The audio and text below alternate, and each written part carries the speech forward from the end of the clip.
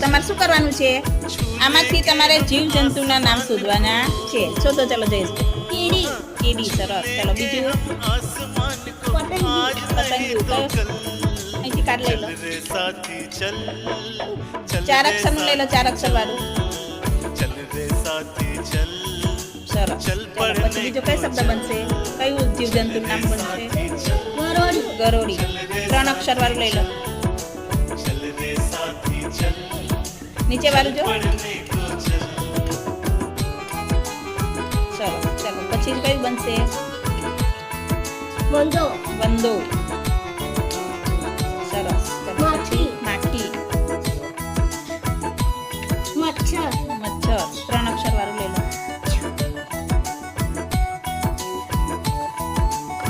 ચલો પછી કયું બનશે? વીછી, આડી લાઈન ને ઊભી લાઈન બંને જોવાની. વીછી.